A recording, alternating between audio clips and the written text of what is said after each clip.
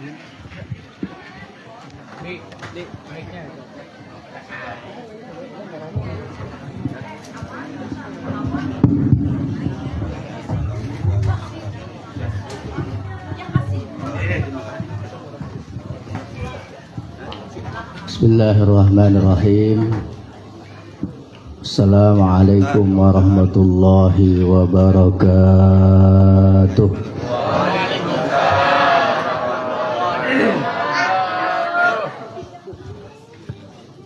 Ya Rabbi bil Mustafa balligh maqasidana waghfir lana ma madha ya wasi'al karami.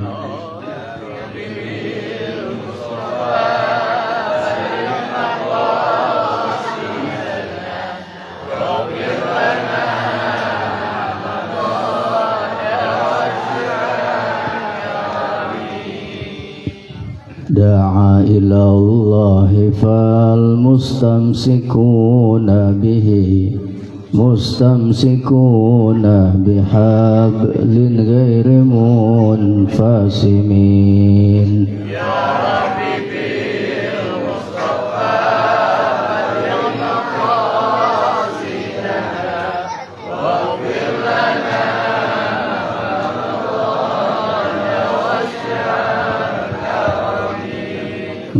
ngaji, ayo ngaji, kita kudu rajin ngaji. Kalau kita rajin ngaji, hidupnya banyak rezeki.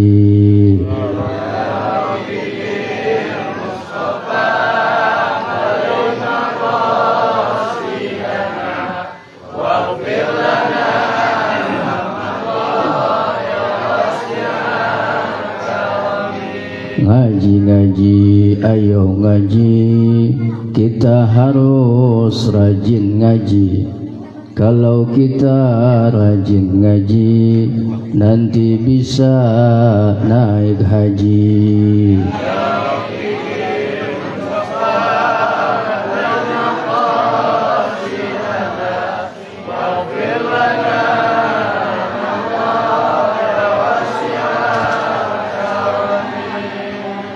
Ngaji, ayo ngaji, kita harus rajin ngaji. Kalau kita malas ngaji, matinya jadi memedi.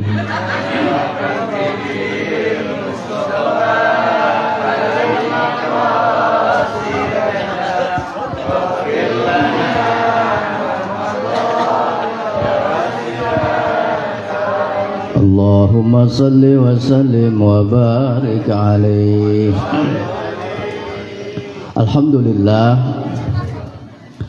Alhamdulillah ala ni'amihil mutakatsirah wa ayyadihil mutawatirah wa minanihil ghabirah. Allahumma fasalli wa sallim wa barik ala sayyidi ahli dunya wal akhirah sayyidina wa maulana Muhammadin sallallahu alaihi wasallam, nabiyyir rahmah wa syafi'il ummah, wa ala alihi wa ashabihi al-anjumiz zahirah, amma ba'du. Hadratul mukarramin yang sama kita muliakan dan semoga dimuliakan Allah, para guru-guru kita, para alim ulama, para masyayikh, wabil khusus Al-Mukarram Bapak Kiai Haji Muhammad Nur, Bapak Kiai Haji Imam Bukhari, Ajengan Udi, juga yang kita hormati Bapak Lurah Sukasari atau yang mewakili, juga yang sama-sama kita hormati Bapak Ketua DKM Musholla Al-Huda Bapak Atang Sukri. Yang mana orangnya? Oh, secangkir kopi ya.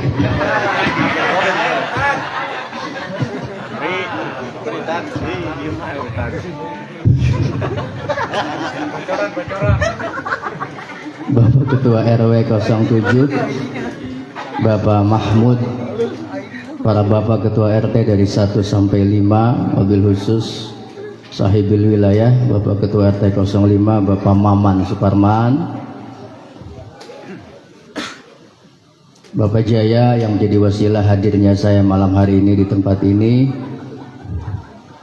para bapak-bapak haji, ibu-ibu hajjah, mobil khusus Ketua Panitia Peringatan Tahun Baru Islam 1445 Hijriah, Bapak Ustadz Haji Bahrudin beserta seluruh jajaran kepanitiaan yang telah berjuang dengan gigih. Semoga para panitia jeripayahnya menjadi amal soleh yang akan membahagiakan dunia sampai akhirat. Amin Allahumma amin.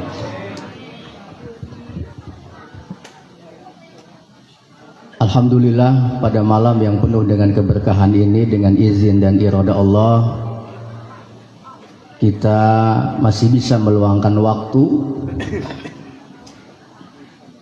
di malam minggu, malam panjang, malam yang harusnya kita istirahat santai bareng keluarga, kelonan sama bini Pak.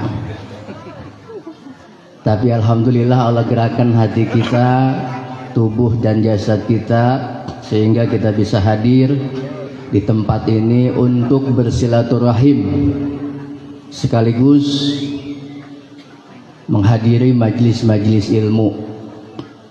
Harapan dan doa kita semoga hadir, kumpul dan duduknya kita di tempat ini menjadi asbab Allah ampuni segala khilaf dan dosa-dosa kita semua.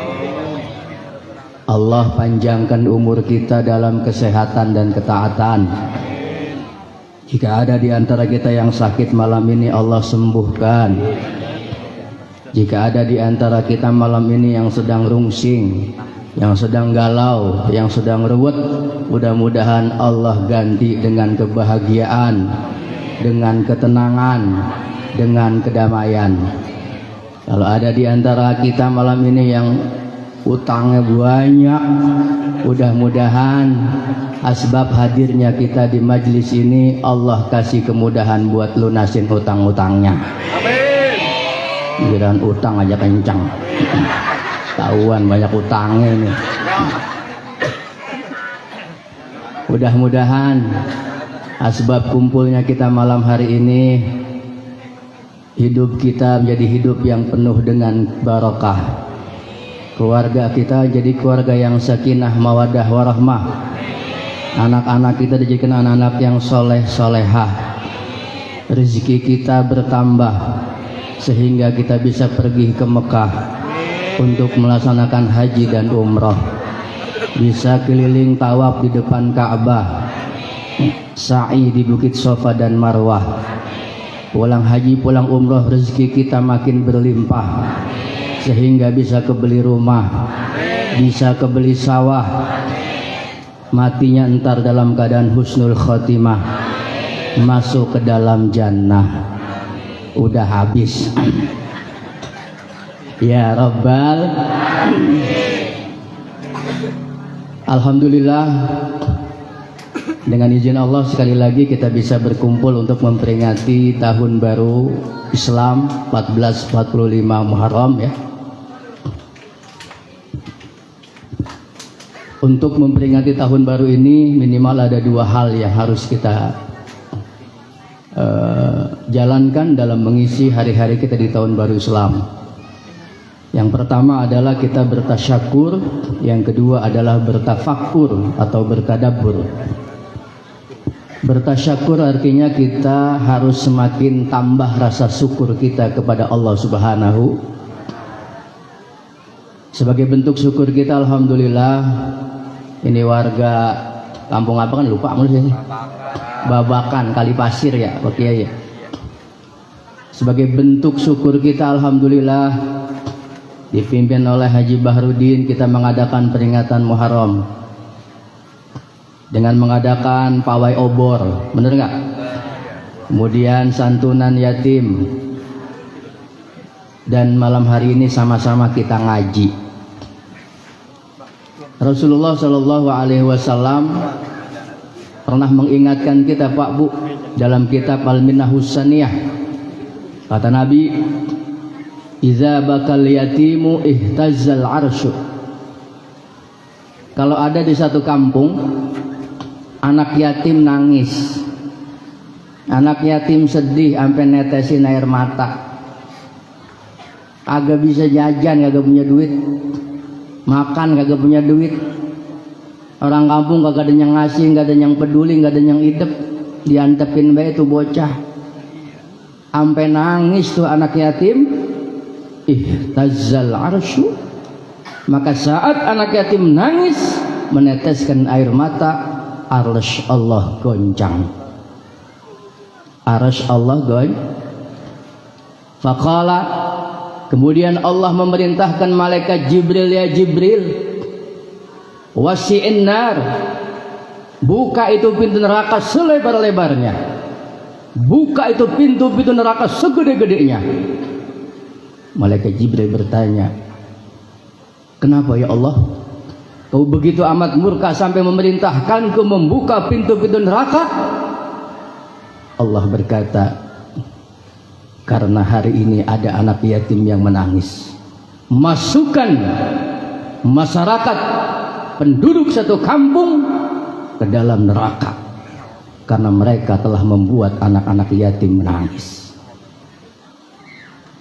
Wa wasi'il jannah liman adhakahu, dan tolong kau buka pintu-pintu surga Jibril segede-gedenya, selebar-lebarnya.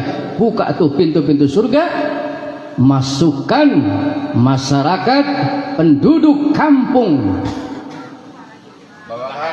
Babakan. Lupamu, lu saya heran. Masukkan seluruh masyarakat kampung Babakan ke dalam surga ya Jibril, karena mereka pada bulan Muharram telah membuat hati anak-anak yatim gembira, telah membuat hati anak-anak yatim senang dengan mereka menyantuni anak-anak yatim. Alhamdulillah. Mau masuk surga Bu? Mau Pak? Malam ini mau, malam ini.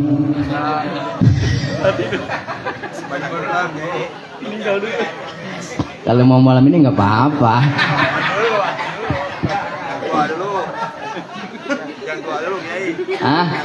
Yang tua dulu. Kiai. Pak Kiai bener-bener ini. Pak Kiai mah panjang umur, sehat, karena orangnya baik, ya, panjang umur. Makanya alhamdulillah kegiatan satu nanti jangan sampai diberhentiin Pak Bu, terus. Karena dengan menggembirakan hati anak-anak yatim, secara tidak langsung kita telah membuat Allah senang. Kalau Allah senang, Allah ridho kepada kita, maka pintu-pintu surga tanpa kita minta sudah terbuka untuk orang-orang yang sering membahagiakan anak-anak yatim. Kemudian syukur ini terus harus dikembangkan Pak Bu. Karena masalah kita saat ini, kita sering rungsing, sering ribet, sering ruwet. Itu masalahnya bukan kita kurang nikmat, bukan. Bukan gak ada nikmat, bukan. Tapi masalahnya cuma satu, kita kurang pandai mensyukuri nikmat-nikmat yang sudah ada. Itu doang. Kita ini paling jago, paling pandai ngitung nikmat yang ada di orang, tapi sering lupa dengan nikmat yang ada dalam diri kita yang Allah udah berikan sama kita dan keluarga kita. Kalau ngitung nikmat orang udah paling jago banget dah. Sehingga apa yang terjadi di masyarakat Bu, kadang-kadang mohon maaf ini mah, kadang-kadang kita ngelihat tetangga kita beli motor baru, kita beli Paramek, uyang. Besok ngeliat tetangga kita ngambil mobil baru masuk UGD, Di UGD ngedengar tetangga kita beli kontrakan 10 pintu, pingsan langsung. Masya Allah. Ada yang begitu ada? Nggak ada. Nggak ada di sini mah ya. Di kampung di pinggir kali banyak, di pinggir kali kampung.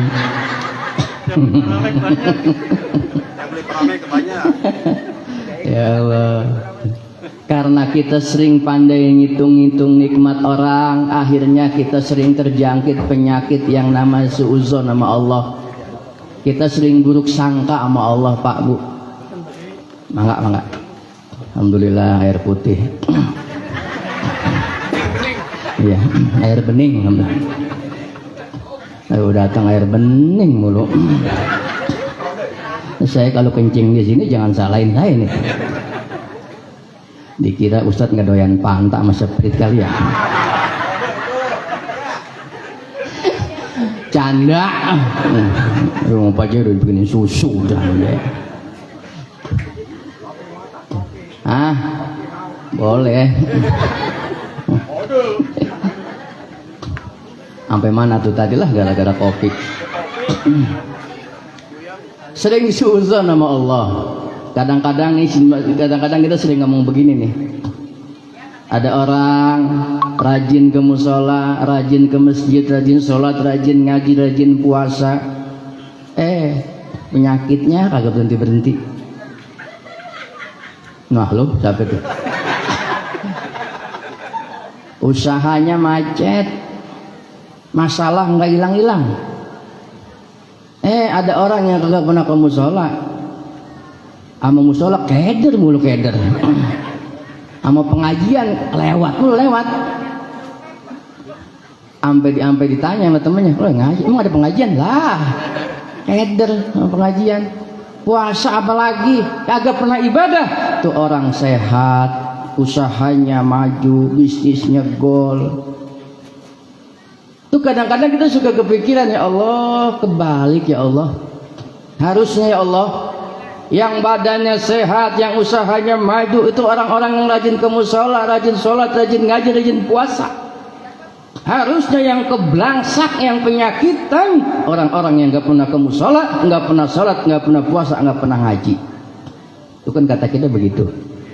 Apa kata Allah? Itu mah urusan saya yang paling tahu apa yang terbaik buat hamba-hamba saya, kata Allah.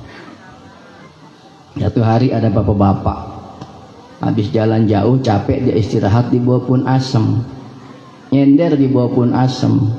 Diliatin pohon asem nih, pohon asem gede amat nih pohon asem ya. Buahnya kecil. Nggak jauh dari pohon asem dilihat ada pohon semangka. Pohon semangka pohonnya kecil, buahnya gede. Dalam hati dia, Allah kebalik ini, Allah ini nggak adil ini Allah. Harusnya ya Allah yang buahnya gede asam cocok sama pohonnya, matching kalau kata anak muda, sinkron.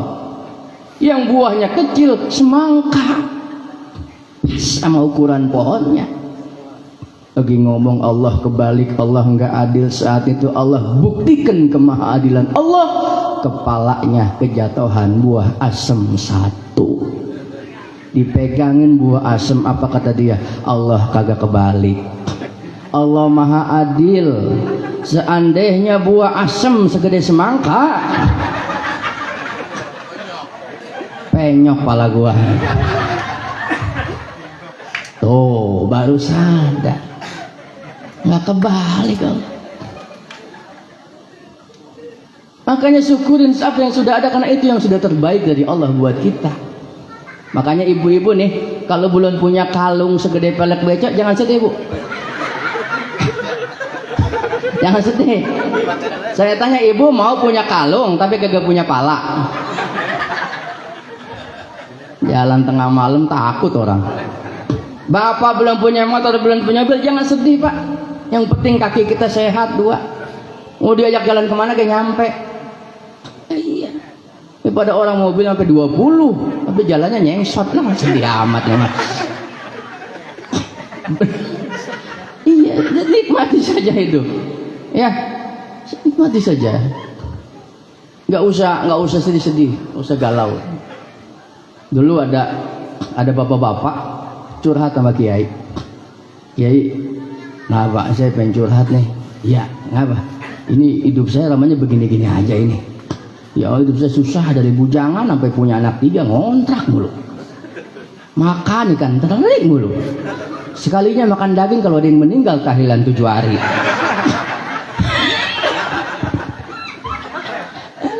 Kasihan amat. Makan daging kalau ada tahlilan malam 7 hari doang. Ya Allah, teman-teman saya udah pada mobil, motor, minimal punya sepeda lah, saya jalan kaki mulu kemana-mana. Ini bagaimana nih? Ya sehat, sehat sih. Mengenes juga itu. Bagaimana Pak Kiai? Allah nggak adil amat sama saya. Udah begini Pak. Ini kalau Bapak pengen ditambah rezekinya sama Allah, Bapak kudu banyak-banyak sedekah Pak. Wah protes dia. Sedekah bagaimana Pak Kiai? Bagaimana ada aja dah. Justru saya susah, apa yang mau saya sedekahin? Lah buat saya juga makan, hidup saya juga susah, apa yang mau saya sedekahin Pak Kiai? Nah ini nih kata Pak Kiai. Begini Pak. Tuh, Bapak kan punya mata 2 tuh. Sehat mata Bapak, normal kalau ngelihat. Iya. Sedekah pakai mata Bapak dong. Caranya kalau Bapak mandang orang, ngelihat orang, pandanglah dengan pandangan yang penuh dengan kasih sayang. Pandangan yang menyejukkan, pandangan yang penuh dengan keramahan. Itu sedekah buat Bapak. Jangan pandang orang dengan pandangan sinis, dengan pandangan penuh kebencian. Jangan. Tuh, Bapak dikasih mulut sama Allah, ngomong lancar kan, kagak pelok, kagak cadel. Iya, sedekah dong sama mulut Bapak. Caranya kalau ngomong sama orang, ngomong dengan kata-kata yang baik, kata-kata yang sopan, kata-kata yang menyejukkan. Itu sedekah. Jangan ngomong menghujat, mencaci, menghina, merendahkan orang. Tuh, Allah kasih Bapak 2 tangan, 2 kaki, 2 telinga. Sedekah dengan anggota badan Bapak. Mengapa Allah Subhanahu wa Ta'ala, alam semesta beserta isinya, tidak mau memberikan sesuatu kepada Bapak? Karena Bapak juga tidak mau memberikan sesuatu kepada makhluk di alam semesta ini. Diam aja tuh Bapak. Iya juga ya. Kuncinya Bu, kalau kita pengen diberikan sesuatu oleh Allah, mulai dari sekarang sering-seringlah memberi sesuatu kebaikan kepada orang lain. Dengan apa? Dengan apa yang kita punya. Tidak melulu dengan harta, tidak harus dengan uang. Dengan apa yang kita punya, kita bisa sedekah kepada orang lain. Kalau kita banyak memberi, insya Allah kita akan dikasih. Makanya ada kata terima. Kalau pengen nerima, kudu nggak. Jangan nerima, jangan pengen nerima tapi kagak mau ngasih. Nggak bisa. Kalau kita pengen nerima, kudu ngasih. Ngasih dengan apa? Dengan apa yang kita punya, dengan senyum, dengan pandangan mata. Bahkan dalam Islam itu semua ibadah itu tidak harus sholat, puasa, zikir gitu. Senyum juga ibadah. Tabassamuka fi wajhi akhika laka sadaqah. Senyum ibadah. Makanya pulang dari sini sebanyakin senyum, Bu. Cuman kudu ada temennya. Jangan mentang-mentang senyum sedekah, pulang dari sini ketemu tiang listrik senyum. Ya, temu pot bunga senyum. Nah, kata Pak RT, udahlah, bisa ngaji jadi begini nih orang.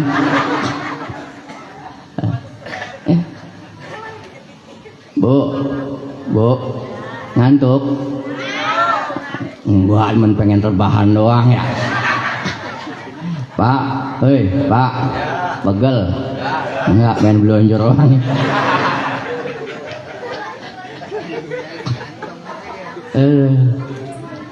Bapak Ibu yang dimuliakan Allah, syukur itu kita nggak usah ribet-ribet kalau ngomong syukur. Mulai dari hal-hal yang sepele, yang kecil, yang tiap hari. Dan syukur itu memang harus dimulai dari yang kecil. Kata Nabi, "Malam yaskuril qalil, lam yaskuril katsir." Kalau kita belum bisa mensyukuri hal-hal yang kecil, jangan harap Allah kasih kita hal-hal yang gede. Kalau kata orang mancing, banyak orang mancing gini. Yang nggak usah ngaku udah kelihatan dari mulutnya udah.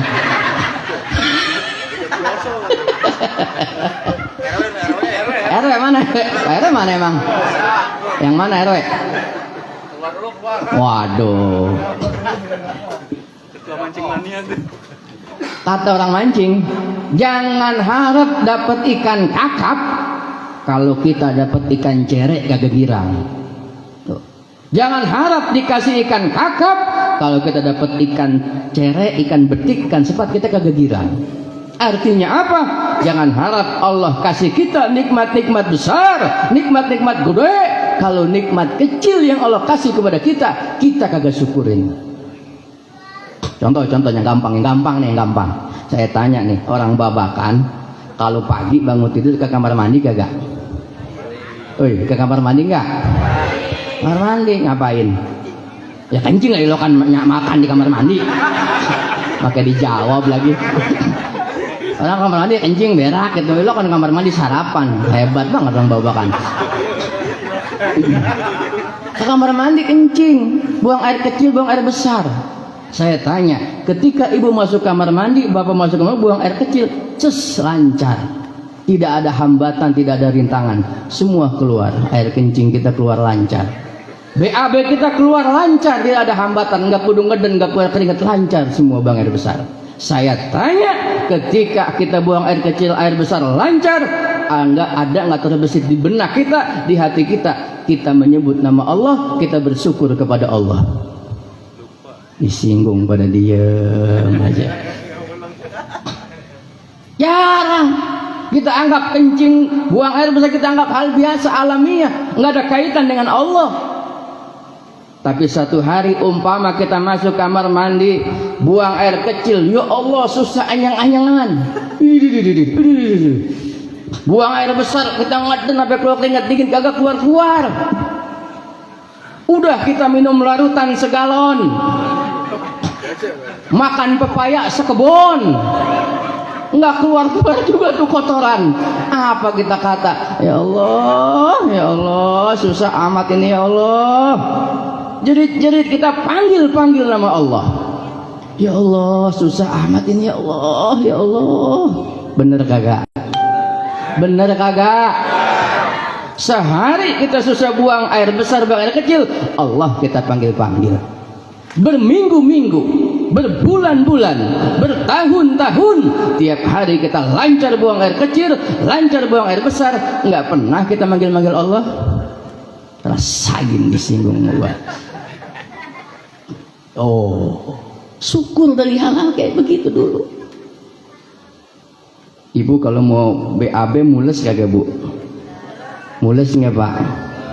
Mules. Kadang-kadang kita sama mules suka gedeg. Mules sih. Padahal mules itu nikmat.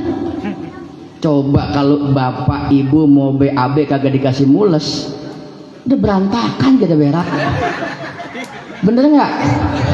Lah iya berantakan, di mana baik keluar kagak ada mules. Dengan Allah kasih kita mules, secara tidak langsung Allah nandain ngasih kode sama kita, kita kudu siap-siap ke toilet, siap-siap ke kamar mandi. Tuh dikasih mules dulu sama Allah. Kurang baiknya apa Allah sama kita? Kita anggap mules nyewotin. Bener apa benar? Ngaji aja, ngaji malam ini kita ngaji ya. Ngajar syukur dari hal yang sepele. Supaya apa? Supaya nikmat-nikmat kita ditambah oleh Allah Subhanahu. Ya, amin. Amin. Ya Rabbal. Syukur. Syukur itu kalau kita pengen ngomong orang syukur tuh kita ngambil contohnya nggak usah jauh-jauh lah.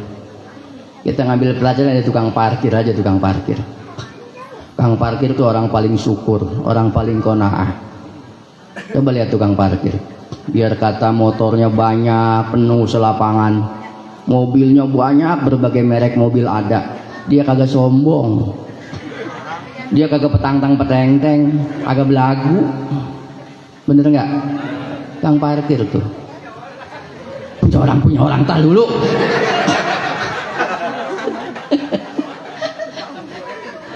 Ntar siangnya dikit motornya ada yang ngambil 1, 2, mobil ada yang ngambil satu, yang tadinya banyak puluhan sampai habis nggak nyisa satu acan-acan, agak nangis, nggak jejerawakan, nggak gegoseran, selau aja malah girang dia, malah ketawa-ketawa, bener nggak?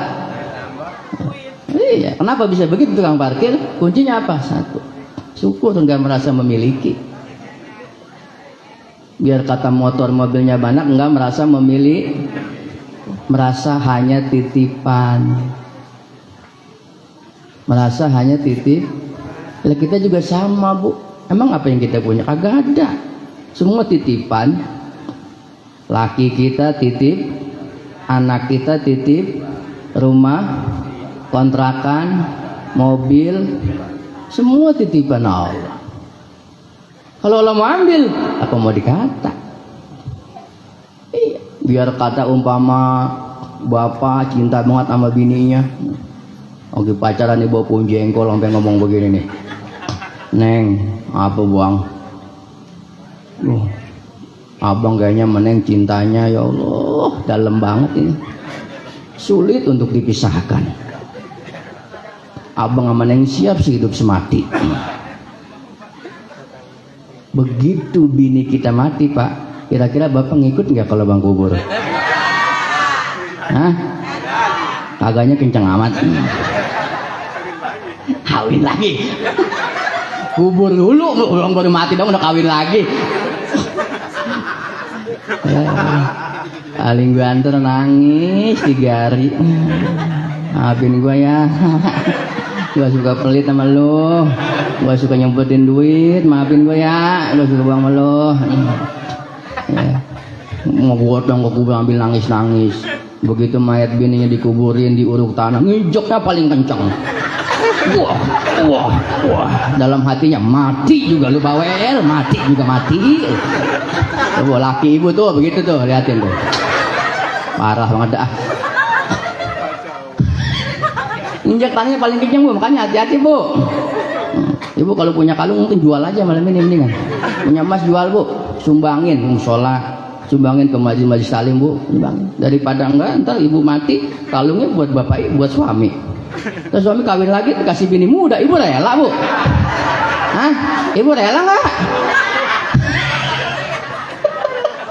Nah, jualin aja udah jualin. Bener nggak? Udah paling kencang. Pulang dari makam orang-orang nangis dia senyum-senyum aja. Nggak ada tangannya, girang amat namanya.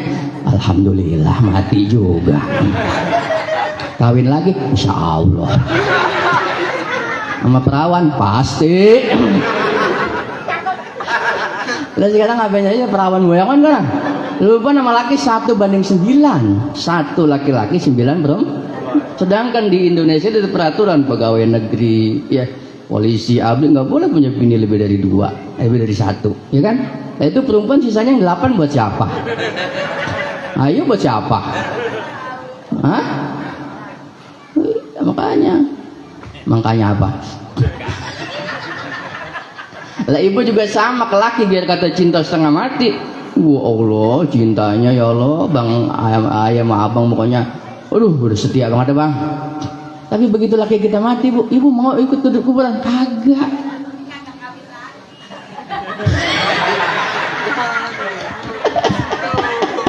Ya.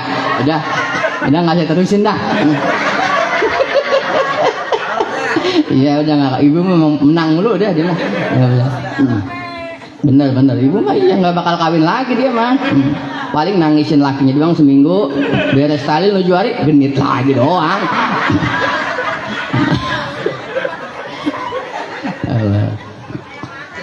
Bener sayang anak, bener bu, bener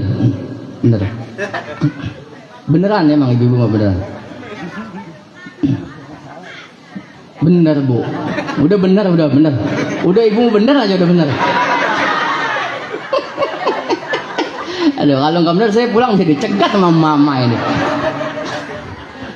Allah sholli ala Muhammad. Ya, gitu. Syukur itu seperti itu. Kita tidak merasa memiliki, karena semua titipan dari Allah Subhanahu. Kedua, timpalan syukur adalah sabar. Syukur dengan sabar itu dua mata rantai, nggak boleh dipisahin, Bu.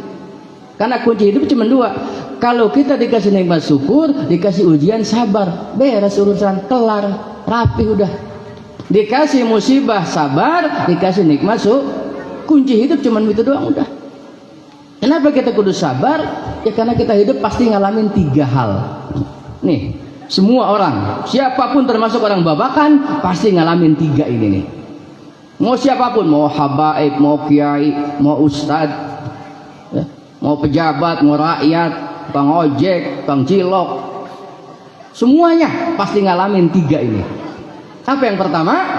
Yaitu diomongin orang, pasti itu. Jangankan kita orang babakan, sekelas Nabi kita, Nabi besar Muhammad Sallallahu Alaihi Wasallam, dari dulu sampai sekarang masih ada aja orang yang nggak demen dengan baginda Rasul, masih ngejelek-jelekin Nabi, masih ada sampai sekarang. Apalagi kita. Makanya kalau kita diomongin orang, Pak, gak usah sedih, nggak usah sedih, biarin aja. Karena udah kodrat kita pasti diomongin orang. Ada orang badannya gemuk, diomongin kolesterol orang. Ada orang badannya ceking, diomongin kurang gizi kayaknya tuh orang. Ustadz gemuk diomongin bukan berkat mulu kayaknya. Ustadz ceking diomongin juga, kasihan amat jadi ustadznya. Kayaknya yang ngaji kagak pada bayaran itu. Pasti diomongin. Orang rajin ke musola, rajin ngaji, diomongin. Tumben-tumbenan ke musola, pengen gantiin DKM kayaknya.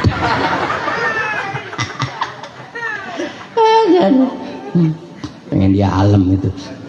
Ada orang nggak ke musola, nggak ngaji, diomongin juga. Orang munafik. Ada aja. Mau apapun yang kita lakukan, mau apapun yang kita perbuat, kita akan ketemu dua orang. Satu yang senang, dua yang agak demen. Udah begitu, bener nggak? Makanya dulu siapa? Syekh Luqmanul Hakim. Luqmanul Hakim itu bukan nabi, bukan rasul, tapi rajulun soleh, orang soleh. Namanya diberikan di Quran. Ada namanya di Quran surah Luqman. Ada, Bu? Ada nggak? Surah keberapa itu di Quran, Bu? Surah keberapa, Bu? Tahu. Nah, pokoknya ada di Quran, lah, biar beres urusan lah. Saya tahu ibu-ibu tahu, cuman pada tawadu, nggak enak ngejawabnya. Dijawabnya dalam hati semua, Bu, ya. Ada kan, Bu? Ada kan? Ya udah ada, pokoknya ada di Quran. Surat Luqman. Luqman itu orang soleh. Satu hari beliau ajak jalan anaknya, masih kecil. Jalan-jalan bawa naik kendaraan namanya keledai. Keledai itu binatang lebih kecil daripada sapi, lebih gede daripada embe. Keledai namanya. Ini keledai dituntun berdua. Dituntun aja. Lewat kampung Babakan. Apa kata orang Babakan? Lah, itu bapak sama anak gimana sih pikirannya ya? Keledai sehat bukan ditekin, itu tuntun. Itu gak ada kerjaannya kali itu orang. Kata Luqman, waduh salah nak. Nah kamu naik nak, bapak yang nuntun. Dia tekin sama anak. Lewat Babakan. Apa kata orang Babakan? Lah itu anak agak tahu diri amat. Dia enak-enakan ya keledai bapak itu nuntun. Itu anak kurang bakti sama orang tua, durhaka itu. Dia enak-enakan naik kuda, bapaknya itu nuntun. Aduh nak, salah nak, turun nak. Kamu naik, bapak nuntun salah, kita dorong berdua salah. Udah bapak yang naik, kamu yang nuntun. Luqman naik, bapaknya nuntun. Lewat lagi di Babakan. Apa kata orang Babakan? Lah itu bapak-bapak agak punya pikiran kali ya. Dia naik, anaknya sudah nuntun, tega banget tuh bapak itu. Salah lagi nak. Kamu naik, bapak nuntun salah, bapak naik, kamu nuntun salah, kita tuntun berdua juga salah. Kita taikin berdua dah. Kita taikin berdua. Lewat Babakan. Apa orang Babakan? Lah ini nih, bapak sama anak samanya ini agak punya perasaan sama binatang. Tahuan binatang kecil ditaikin berdua. Salah lagi. Aduh, nah udah salah semua ini. Kamu naik, bapak nuntun salah, bapak naik, kamu nuntun salah, kita taikin berdua juga salah, kita tuntun juga salah. Yang terakhir kali benar kita gotong aja, kita gotong. Gotong tuh keledai. Lewat bapak, apa orang Babakan? Lah orang PA. Binatang sehat digotong.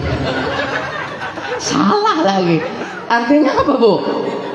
artinya begitu, apapun yang kita lakukan pasti akan ketemu orang yang senang, orang yang nggak senang. Begitu, hidup begitu emang, udah takdir kita.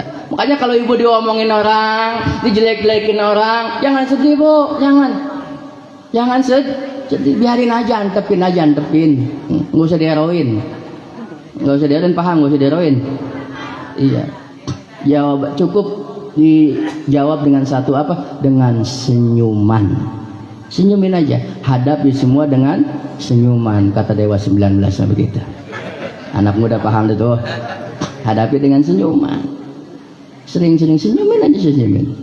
Karena orang-orang yang ketika hidup di dunia bermuka senyum, bermuka sumringah, sering senyum, itu menandakan dia bakal calon penghuni surga. Mengapa? Karena di surga tidak ada orang yang cemberut, di surga agak ada orang yang kesel, di surga agak ada orang yang melengos, di surga isinya orang-orang yang berbahagia, orang-orang yang selalu tersenyum. Makanya kalau orang hidup di dunia senyum terus, itu sudah mengalamatkan dia calon penghuni surga. Asal senyumnya ada teman. Jadi senyum bu ada. Ya. Orang sering senyum itu ahli surga bu, insya Allah, yakin. Kenapa? Karena gembira terus dia, bersyukur terus dengan nikmat Allah. Ya bu ya, jadi nggak usah sedih diomongin orang, biarin aja, antepin aja, nggak usah dibales, nggak usah diladenin, senyumin aja, itu pahala numpuk ke ibu semua. Alhamdulillah. Yang pertama tuh diomongin orang. Yang kedua, ini kita orang babakan pasti ngalamin yang namanya sakit. Ngalamin apa bu? Sakit pasti. Nggak selamanya kita sehat mulu, ada wayahnya nggak selamanya kita bahagia, ada wayahnya hidup tuh begitu, nggak selamanya ada wayahnya sakit. Dan kalau sakit nggak usah sedih, karena itu sudah kodrat kita sebagai manusia. Dan kalau sakit, kata Nabi, ketika seseorang mengalami sakit, maka Allah akan mengangkat 4 hal dari dalam tubuhnya. Yang pertama yang Allah angkat adalah zuk, rasa. Sehingga kalau orang sakit makan apa kayak hambar, bener gak? Makan apa nggak hambar. Cuman kadang-kadang kita suka heran, ada orang sakit kita bawain jeruk, kita bawain roti, lah tahu orang kagak makan kagak enak makan, kita bawain jeruk, kita bawain roti, segala makanan kita bawain. Nanti yang makan yang nungguin. Giliran sehat maka gak ada yang bawain makanan, giliran sakit bawain makanan yang enak-enak, lah yang makan yang nungguin. Karena orang sakit zuknya diangkat, rasanya hilang.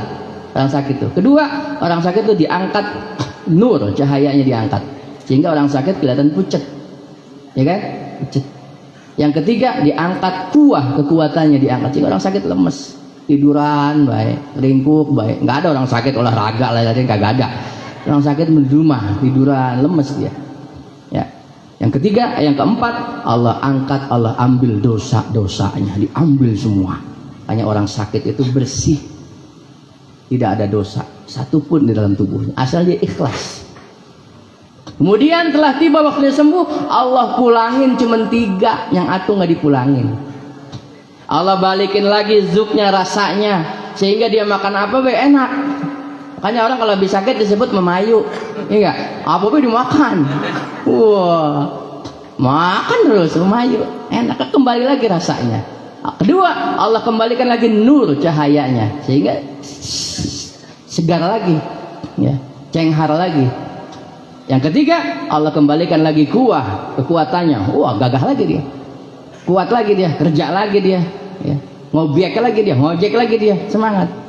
Yang keempat, dosanya. Kata malaikat, ya Rabb, ya Allah, dosanya dibalikin nggak? Janganlah, kata Allah, malu saya kan Rahman Rahim, saya maha pengasih, maha pemaaf, saya maha pengampun. Dia udah ikhlas menjalani sakit yang saya takdirkan kepada dia. Dia sudah menerima takdir sakit saya. Masa dosanya saya pulangi? Jangan, malu saya sebagai Allah, sebagai raja. Jangan. Terus manain? Buang. Fayulqiha fil bahar, dibuang di laut.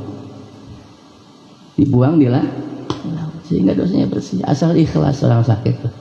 Ya, alhamdulillah. Terima kalau sakit, terima. Karena menghapus dosa-dosa kita. Amin. Terus yang ketiga, yang pasti dialamin kita nih orang babakan adalah mati, makan mulu makan. Tahu aja kalau saya lagi lapar. Mati, kita mati. Nggak selamanya orang hidup, ada wayahnya kita mati. Ya, entah kapan, entah di mana. Wa mata di nafsun bi ayatin tamut. Kita nggak bakal tahu di mana. Kita boleh lahir di Babakan, tapi belum tentu kita bakal meninggal dunia di sini. Tidak ada satu orang pun yang tahu di mana kita bakal meninggal dan dalam keadaan apa kita meninggal. Semoga kita semua ketika meninggal dalam keadaan husnul khotimah. Ya, meninggal semua. Nanti nih kalau kita meninggal Pak, tiga-tiga jenazah kita digotong-gotong di keranda. Itu kalau orang-orang yang beriman, kayak orang Babakan semua nih, itu dia ngomong, badiruni, badiruni, badiruni. Ayo buruan apa buruan? Cepetan apa cepetan? Girang jasa. Kayak mau ngelamar perempuan, girang bener, buru-buru mulu pengennya. Buruan, ayo buruan. Buruan pengen diantarin ke kuburan, buruan, buruan. Kenapa? Karena saat itu Allah perlihatkan kepada dia kenikmatan kubur, kenikmatan surga. Makanya dia pengen buru-buru. Badiruni, badiruni. Terus semua orang Babakan kayak begitu semua tuh. Buruan, buruan. Tapi kalau yang meninggal ahli maksiat, nggak pernah berbuat baik, apa kata dia? Sambil nangis, aina tazhabuni, aina tazhabuni. Ini mau dibawa kemana ini? Saya mau dibawa kemana ini, woi? Saya mau dibawa kemana? Kegirauan, ketakutan. Ya, ketakutan. Kayak bocah kagak mau disunat, gua gak mau. Mau dibawa kemana ini? Mau kemana ini? Ayo, janganlah, jangan, takut dia. Nah, kita bukan termasuk orang itu ya. Takut tak? Dan ketika nanti sampai di kubur, masukkan ke lubang kubur, yang nanya orang-orang beriman itu namanya malaikat Basyar Mubasyar. Namanya apa Bu? Basyar Mubasyar. Sahabat bertanya, bagaimana sifat Basyar Mubasyar ya Rasulullah? Kata Nabi, Basyar Mubasyar orangnya tinggi gede, perawakannya bersih putih, orangnya ganteng, wangi tubuhnya, dan kalau ngomong lemah lembut. Man rabbuka wa man nabiyuka. Itu yang ditanya pules. Tahu-tahu udah subuh baik. Kayak pengantin baru kagak kerasa lah, udah subuh aja ini. Orang beriman ditanya sama Basyar. Tapi kalau orang tidak beriman, ahli maksiat, ahli munkarat, yang nanya namanya munkar nakir. Sahabat bertanya, kaifa munkar nakir Rasulullah? Bagaimana munkar nakir sifatnya? Kata Nabi, munkar nakir badannya tinggi gede, mukanya seram, kumisnya melengok. Kalau ngomong mulutnya keluar api. Man rabbuka. Dikemplang tembus ke bumi ketujuh. Man nabiyuka. Kemplang tembus ke bumi ketujuh. Begitu seterusnya. Nauzubillahi min. Nanti dipagikan di padang mahsyar, dikumpulkan kita semua manusia. Kalau orang-orang beriman, orang-orang Babakan tak kumpul, barang ulama-ulama, barang para kiai, barang para habaib, barang orang-orang soleh kita semua, amin. Iya. Saat itu orang-orang banyak yang kelep sama keringatnya, kepanasan, kelaparan, kehausan, pada telanjang semua. Minta dikumpulkan itu di beramas telanjang, uryanan, la libasan lahu, telanjang kagak ada sehelai baju pun di tubuhnya. Siti Aisyah bertanya kepada ya Rasul, kapan nanti kita nggak malu ya Rasul? Boro-boro di sana mikirin malu. Laki sama bini udah kagak kenal, anak sama bapak sama mu udah kagak kenal. Boro-boro hidup memalu, nggak ada malu. Tapi meskipun telanjang, kalau kita di dunia kayak orang Babakan yang suka ngasih pakaian, suka sedekah, suka ngasih anak yatim, suka ngasih minuman, suka ngasih makanan. Entah di sana kita ada yang ngasih baju, adanya ngasih minum, adanya ngasih kopi, adanya ngasih rokok. Men kalau ngasih rokok kagak ada koreknya. Koreknya nyemplung lu ke neraka.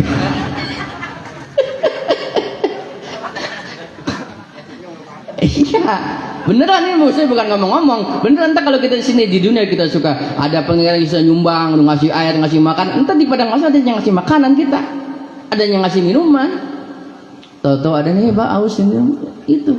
Jadi bagaimana al-ihwal seseorang di padang mahsyar? Apa yang menjadi kebiasaan kita nanti di sana bakal kita alami. Kalau kita ahli sedekah, di sana banyak yang bagi sama kita, begitu. Kalau kita pelit ya gede yang bagi. Paham Bu? Paham? Nanti masuk ke yaumul mizan ditimbang amal kita. Orang Babakan mah berat timbangannya ke kanan semua.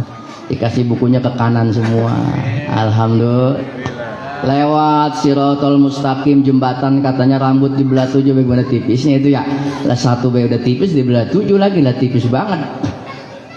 Tapi kalau buat orang babakan, orang-orang beriman ketika lewat sirat, itu api neraka ngomong kepada kita, ya mukmin, ya sukanu babakan, hai orang babakan, orang beriman babakan, zuz cepetan cepetan lewat. Karena kalau nggak cepetan lewat, fa inna nur tudfi'un nar, cahaya imanmu, cahaya tahajudmu, cahaya duhamu, cahaya salat 5 waktumu, cahaya wudumu, cahaya baca Qur'anmu, cahaya ngajimu, cahaya sedekahmu, itu bisa memadamkan api neraka. Buruan lewat. Alhamdulillah. Ini kita sudah cepet-cepet ntar lewat sirat. Ada yang orang pelit mah ya kecelepos, pleset nyemplung. Lah kita mah amin aman sampai sur. Amin. Ya Rabbal. Nah, tuh. 3 tuh pasti kita alami. Ya, udah cepet yang beli jam berapa ini? Hah? 7. Waduh. Sampai jam berapa nih biasanya Pak Imam Bukhari Pak Kiai? Bener, 12:30. 12:30. Emang wayang golek. Terus. Kayak pagi. Ini orang babakan belum pernah ngeliat Ustadz pingsan kali ya. Ya, satu lagi terakhir. Menyambut tahun baru kita kudu tafakur, tadabbur, evaluasi diri, memperbaiki diri. Kalau tahun sebelumnya kita sholatnya rada malas-malas, tahun baru kudu sedekahnya masih mikir-mikir sekarang, wah amanat yatim masih kurang ini, tahun baru kudu ya semangat sedekahnya, semangat ibadahnya, semangat taat kepada suaminya Bu ya. Bu, semakin taat sama suami ya, semakin pengertian sama suami ya. Karena ibu-ibu solehah itu kata Nabi cirinya dia kudu ngertiin suaminya. Bu, kudu ngertiin siapa? Suami. Ngerti dalam apa? 1, dalam urusan ekonomi. Istri solehah itu mau dikasih berapa baik nerima sama lakinya. Bu, hei. Nggak banyak, mau dikasih berapa kan terima, itu rezeki ibu, mudah-mudahan barokah. Jadi saya ingat hadis Nabi begini nih Bu, seorang istri ketika dikasih uang belanja, uang bulanan sama suaminya, dikasih berapa baik dia kagak nolak, diterima, disenyum. Apa kata Nabi? Itu perempuan pahalanya lebih baik ketimbang dia mengkhatamkan Al-Quran 3 kali. Mengkhatamkan Al-Quran 30 juz 3 kali, itu pahalanya masih kalah sama ibu-ibu yang ketika dikasih nafkah sama lakinya nerima. Halo. Dengar mah. Berat banget Bu ya. Lah kita mah kadang-kadang dikasih banyak kurang, dikasih dikit apalagi. Iya, ngomel katanya di belakang.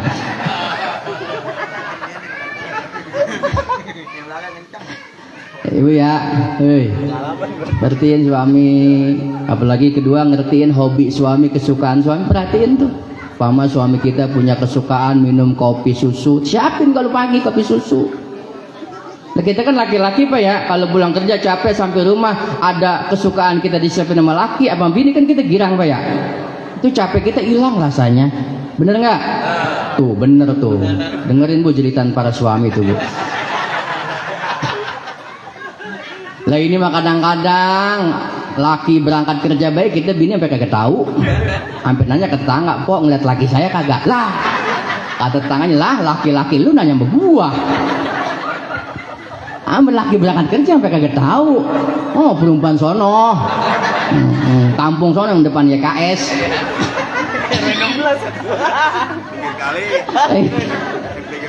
Laki berangkat kerja bini sampai kagak tahu, sampai nanya sama anaknya, mending mana sama anaknya mah. Tang, bapak lu mana Tang? Lah, mal bininya nanya ke kita. Mantan anak udah berangkat kerja mak, ya syukurlah daripada di rumah mulu kayak topo basah. Laki dikata topo basah. Masya Allah. Bu, sama laki mah kalau laki kerja siapin seragamnya. Kalau pakai sepatu siapin sepatunya. Begitu lah Pak Ustadz, laki kita mah malah kerja di kantor, kerja di pabrik, dia emang dorong becak doang. Kalau emang ngebecak, becanya pagi-pagi lapin becanya be. Dorong-dorong ke pasar berdua. Kata tetangganya lah keluarga PA.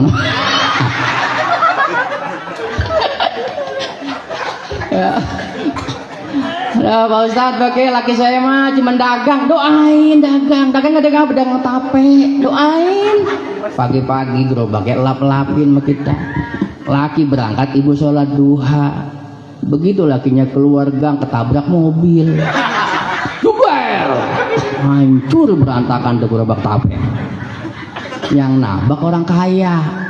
Turun tuh orang kaya. Aduh Pak, maaf saya ngelamun, nyupirnya meleng. Gimana Pak? Hancur semua ini Pak. Ya udah tenang, saya ganti Pak nih.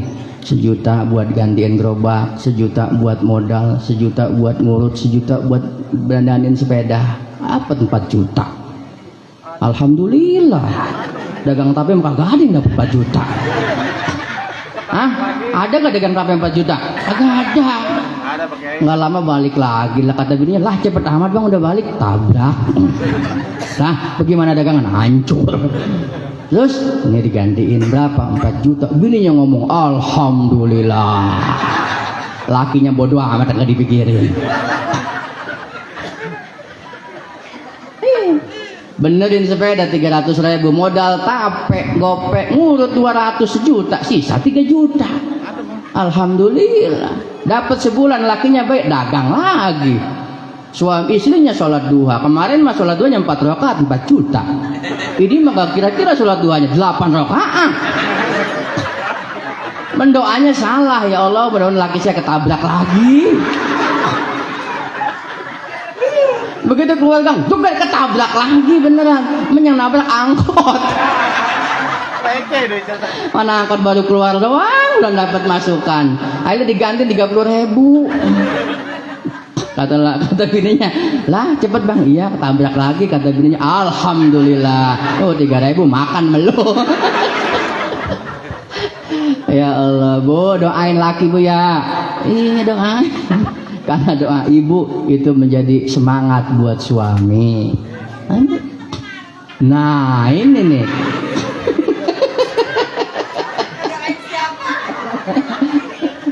Aduh, udah berat dah, udah. Ya kawin atau kamu punya laki mah. Nah. Ya Allah. Masalahnya kadang-kadang rumah tangga itu gara-gara sepele bisa berantem, kadang-kadang bisa gara-gara sepele, gara-gara kopi bisa berantem. Ya, gara-gara kopi itu lagunya Pak Atang itu. Gimana lagunya? Cangkir kopi. Jangankan senyum ya, cangkir kopi pun tak kau sediakan. Makanya jangan salahkan suami Bu. Kalau suami lebih milih ngopi di warung-warung pojok, ngopinya kagak seberapa, ngobrolnya yang mahal. Kenapa? Karena di rumah nggak disiapin kopi, di rumah manyun mulu. Makanya laki kita pada milih ngopi di luar. Jangan salahkan suami Bu. Saya bela Pak, tenang Pak. Bener nggak? Tapi gara-gara kopi rumah tangga bisa harmonis, gara-gara minum rumah tangga bisa harmonis. Laki pulang kerja, ini pengen bikin kopi habis, gula habis, mau ngutang malu di warung, utang udah kayak tasbih bererot. Akhirnya bininya nyiapin air putih anget. Ini kayak begini, air anget bang. Lah emang ini bener bang, mohon maaf hari ini nggak bisa bikinin kopi saya. Kopi habis, gak nyisa acan-acan. Gula sebiji kagak ada gula. Sampai semut gak ogah, nah yang ngelongok semut. Saya mau ngutang malu bang, ngutang udah bererot kayak tasbih. Ini ada air putih hangat bang, minum bang. Mudah-mudahan air putih hangat ini bisa ngilangin lelah abang habis kerja seharian. Cus, tuh laki. Biar kata dikasih air putih hangat rasanya kayak rasa susu bu. Karena nyediainya dengan penuh kasih sayang, dengan kayak susu. Coba saya cobain. Bener-bener susu banget dah.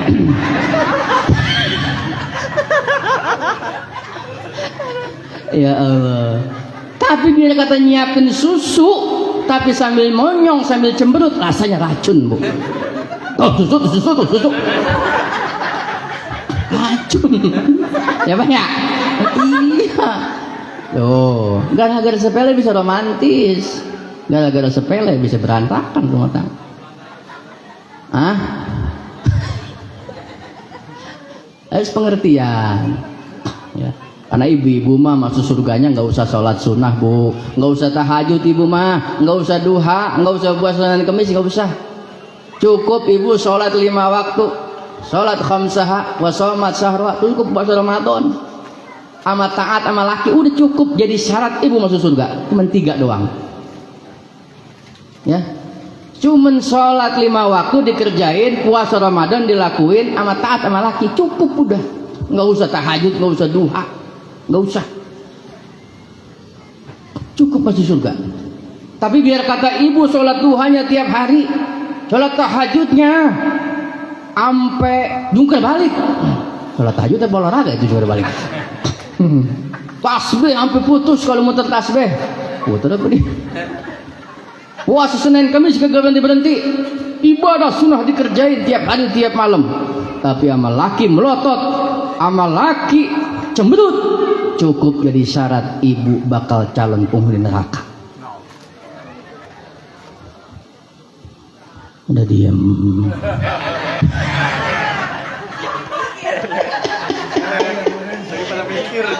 Pak Ustadz, laki saya kagak bersembeng, ibu kagak dosa. Pak Ustadz, laki saya kagak ngaji, ibu kagak dosa. Suami saya kalau orang baru kagak pernah puasa, ibu kagak dosa. Tapi kalau ibu enggak sholat, suami ibu diam aja, yang masuk neraka suami ibu. Ibu punya anak perempuan, enggak nutup aurat, bergaul dibebasin, yang dosa yang masuk neraka laki-laki. Makanya emang enak jadi suami. Tenang bu, saya bela bu. Berat jadi laki pak, hati-hati. Tanggung jawab dunia akhirat dikata enak jadi laki. Tapi ayah seotik kemarin. Dari ayah seotik meren wani piro.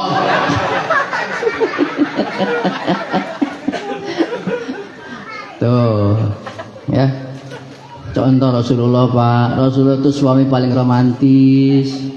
Rasulullah tuh nggak gengsi di rumah tuh nyuci piring, nyapu, ngepel ibaratnya. Rasulullah tuh pak. Ini kadang-kadang baru jadi hansip udah belagu banget. Nabi tuh ngepel, nyuci piring, kadang sampai ngejahit baju sendiri. Nabi ngebantu meringankan tugas istri-istrinya. Dan Nabi tuh paling romantis. Dimasakin apa aja Nabi nggak pernah ngedumel. Enak dimakan, enggak enak dimakan juga. Kadang-kadang laki kita bu ya dimasakin, Masya Allah, agak enak, makanan disumpah-sumpahin, lah abi ini diomel-omelin, ujung-ujungnya habis juga. Bener nggak bu? Masak agak enak, masak agak enak, habis juga sama dia. Lah, Nabi mah gak begitu. Enak dimakan, enggak enak dimakan. Cuman paling diingetin, ya Isa ini makanan kayaknya enak banget, cobain ya, cobain. Ya, oh kurang garam. Nabi nggak marah. Nabi paling romantis kalau jalan-jalan itu, Masya Allah. Kalau ngajak Siti Aisyah naik onta, itu tangan Nabi jadiin ke bawah. Aisyah, injek tangan aku, ayo naik ke atas onta. Ya Allah, romantis banget. Saya tanya ibu-ibu kalau jalan-jalan naik mobil, dibukain pintu gak sama lakinya? Boro-boro Pak Ustadz mobilnya juga gak punya.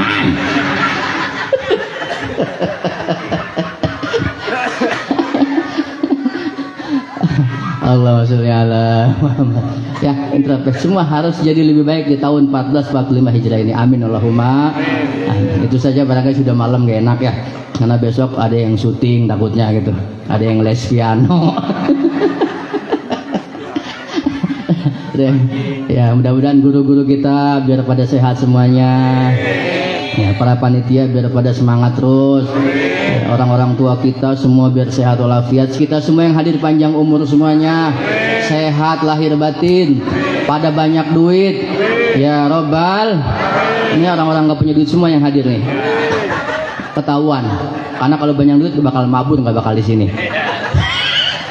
Kenapa nggak kemana-mana? Anak agak punya duit. Udah bodoh bercanda Bu ya. Mudah-mudahan rezekinya pada melimpah semua. Pulang dari sini yang sakit pada sehat, ya, yang sedih pada gembira, yang belum semangat jadi semangat. Amin Allahumma. Al-Fatihah.